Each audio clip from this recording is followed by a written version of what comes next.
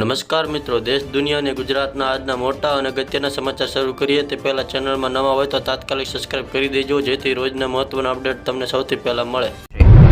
તો મિત્રો, સૌથી પહેલાં સમાચારમાં વાત કરીએ તો ગુજરાતમાં છેલ્લા 2 દિવસથી વરસાદમાં વિરામ જોવા મળે છે, પરંતુ હવામાન વિભાગની આગાહી પ્રમાણે 15 સપ્ટેમ્બરથી ફરી એકવાર નવું વાદળાનું તંત્ર સક્રિય થશે. આ સિસ્ટમ બંગાળની ખાડીમાંથી આગળ વધશે અને ખાસ કરીને દક્ષિણ ગુજરાત અને સૌરાષ્ટ્રમાં ભારે વરસાદ લાવશે, જેમાં સુરત, નવસારી, ભરૂચ, વલસાડ, જામનગર અને દ્વારકાના જિલ્લામાં 15 થી 17 સપ્ટેમ્બર દરમિયાન યલો એલર્ટ જાહેર કરવામાં આવ્યું છે.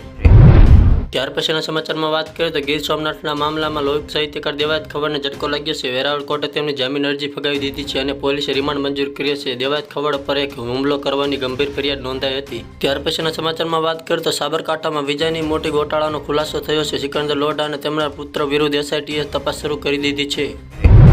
ત્યાર પછીના સમાચારમાં આગળ વાત કરીએ તો અમૂલ ડેરીની ચૂંટણીમાં ભાજપે પ્રથમવાર બહુમતી મેળવી રચ્યો ઇતિહાસ, ભાજપનો ભવ્ય વિજય થયો. ત્યારબાદ સમાચારમાં આગળ વાત કરીએ તો મહારાષ્ટ્રમાં દિલ હલાવનારી ઘટના સામે આવી છે. ચોકલેટના કારણે માત્ર 7 મહિનાની બાળકીએ ગુમાવ્યો પોતાનો જીવ. ત્યારબાદ સમાચારમાં આગળ વાત કરીએ તો ગુજરાત સરકારે ગુટખા અને પાન મસાલા પર લગાવ્યો કડક પ્રતિબંધ, શોખીનો માટે એક મોટો ઝટકો સાબિત થશે. ત્યાર પછીના સમાચારમાં આગળ વાત કરીએ તો નેપાળમાં ભારતીય યાત્રાળુ ઉપર હુમલો અને પથ્થરમારો, અનેક લોકોને એરલિફ્ટ કરીને સુરક્ષિત બહાર લાવવામાં આવ્યા.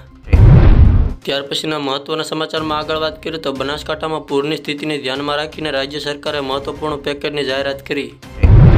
ત્યારબાદ સમાચારમાં આગળ વાત કરીએ તો પાલનપુરમાં આરટીઓ ઉપરનો ચોકનો 98 કરોડનો ઓવરબ્રિજ ફરી એકવાર ક્ષતિગ્રસ્ત થતા લોકોમાં ગુસ્સો.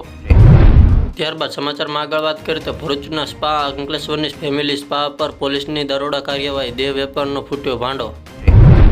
ત્યારબાદ ફટાફટ સમાચારમાં આગળ વાત કરીએ તો કોચી હોટલમાં 5 અબજની આગ, નેપાળની સૌથી ઊંચી હોટલ હિલ્ટન રાખમાં ફેરવાઈ ગઈ.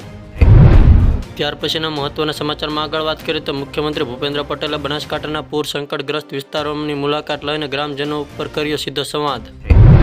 ત્યારબાદ સમાચારમાં આગળ વાત કરીએ તો ભારતથી નેપાળ જતી એક ફ્લાઇટ ટેલપાઇપ આગ લાગતા તાત્કાલિક પરત ફરી, મોટી દુર્ઘટના ટળી.